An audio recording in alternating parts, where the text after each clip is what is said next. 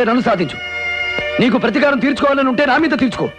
అంతేగాని అపశుభం తెలియని రుక్మిణి జీవితాన్ని ఎందుకు నాశనం చేశావు? నాకు నీ మీద ఉన్నది పగ కాదు, ప్రేమ. నోర్మోయ్, మళ్ళీ ఆ మాట అన్నావంటే పళ్ళు రాలగొడతాను. నువ్వు నా ప్రాణం తీసిన ఇది నిజం. నువ్వంటే నాకు ప్రేమే కాదు, పిచ్చి. నిన్ను మొదటిసారి చూసినప్పటి నుంచే నా వాణ్ణి చేసుకోవాలని ఆశపడ్డాను. దానికి ఆ రాధాబాయి అడ్డుపడుతుంటే కక్ష కట్టాను. కక్ష కట్టి రుక్మిణి జీవితంతో ఆడుకున్నావు? లేదు, రుక్మిణి విష్ణు ప్రేమించుకుంటే ఆ ప్రేమను అడ్డు పెట్టుకుని నువ్వు నన్ను చేసుకుంటేనే ఆ పెళ్లి జరుగుతుందని కండిషన్ పెడదాం అనుకున్నాను. కానీ విష్ణు రుక్మిణి తను ఇష్టపట్టలేదని నా ఆశ నిరాశ చేశాడు. అబద్ధం. దాన్ని నమ్మించి మోసం చేశాడు. అది ఇప్పుడు 3 నెలల గర్భవతి. ఇదేనా నువ్వు సాధించింది? ఇదేనా సాటి ఆడదానికి నువ్వు చేయవలసింది? ఇదేనా బిడ్డను కోల్పోయి కుమిలిపోతున్న కుటుంబానికి వేసే శిక్ష? రాజా, రాజా, నిజంగా రుక్మిణికి ఇలా జరుగుతుందని నాకు తెలియదు. నన్ను వాళ్ళు డబుల్ క్రాస్ చేశారు. ఎవరు? నేనే. నీ మీద శిరీష్కున్న ప్రేమ మాకు పావులా ఉపయోగపడింది. రుక్మిణికి విష్ణుకి పెళ్లి చేయాలని మేము ఏనాడు అనుకోలేదు.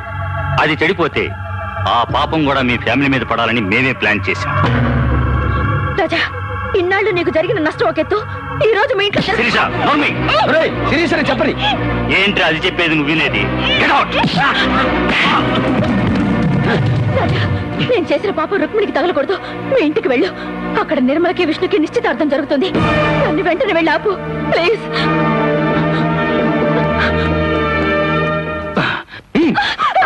మా ప్లాన్ అంతా పడేసాం. అయ్యా, సత్యవతి గారు గంగా భాగీరథి సమాంతరాలగటం వల్ల ఆమె తరఫున కోటిలింగం గారు మీ కుమార్తెను ఆమె కుమారుడికి ఇచ్చి వివాహ నిశ్చయితాంబులాలు అందుకుంటారు. ఉభయలు రండి. అయ్యారు, చిన్నబాబు గారు వచ్చేసారు.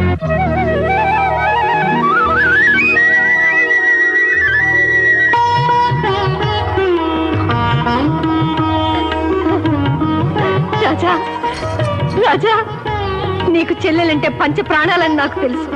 దాని పెళ్లి ఇక్కడ నిశ్చయం అవుతుంటే నువ్వు అక్కడ ఎలా కూర్చోగలవు? వాడి ఇంటి అల్లుడవుతున్న సమయంలో నువ్వు లేవని ఎంత అల్లాడిపోతున్నాడో.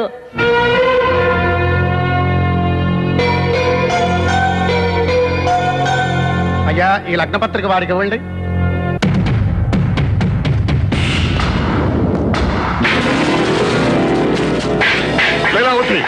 ఎవరు పిలిస్తే వచ్చాడు వాడు? ధర్మం. చెల్లెలు పెళ్లి చెడగొట్టడమేనా ధర్మం? చెడగొట్టకపోతే అధర్మం. అసలు ఇంటి చెల్లెలతో ఇంకా ఏం సంబంధం ఉందని వచ్చాడా వాడు? అడగయ్యా. ఆ ఇంటి చెల్లెలతో వీడికి ఏం సంబంధం ఉందో అడుగు. అది కాదు బాబు, ఎంతైనా సొంత. తనని చంపించబోయామని ఆయన మర్చిపోయి కానీ నేను మర్చిపోలేదు.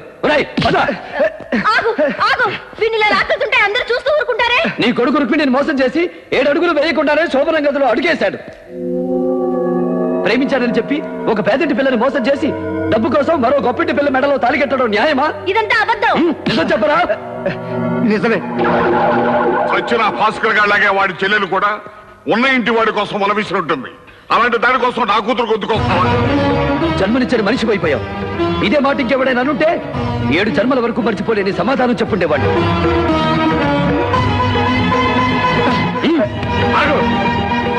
కన్న తండ్రిని కాదని దత్తతకు వెళ్ళడం చరిత్ర కాదురా. నన్ను కొట్టి వాడిని తీసుకెళ్ళరా, అది చరిత్రరా. అది గొప్ప చరిత్రరా. అది ఘనమైన చరిత్రరా. కొట్రా, కొట్టు.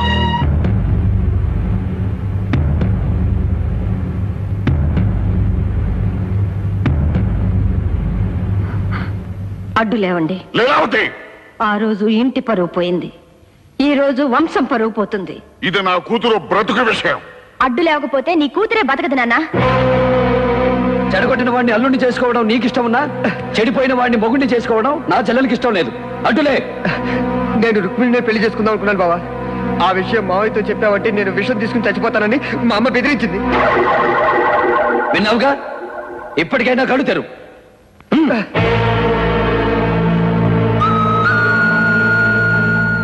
వర్రీగాకు ఫ్రెండు, నీ పంతం నువ్వు నెగ్గేట్టు, ఈ పెళ్లి జరగకుండా ఉండేట్టు నేను చూస్తాను కదా. ధైర్యంగా ఉండు.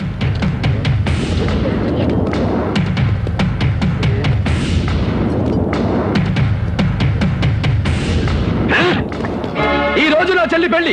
పందులు వేయండి, మేళవాళ్లను పిలిపించండి, పురోహితుడికి కబురు చేయండి. ఆపడానికి ఎవడైనా వస్తే కాళ్ళు విరగొట్టడానికి కర్రలు కూడా రెడీ చేయండి. దునియాలో నీలాంటోడు బయటకొక్కడుంటే మేరా భారత్ మహాన్ అవుతుంది.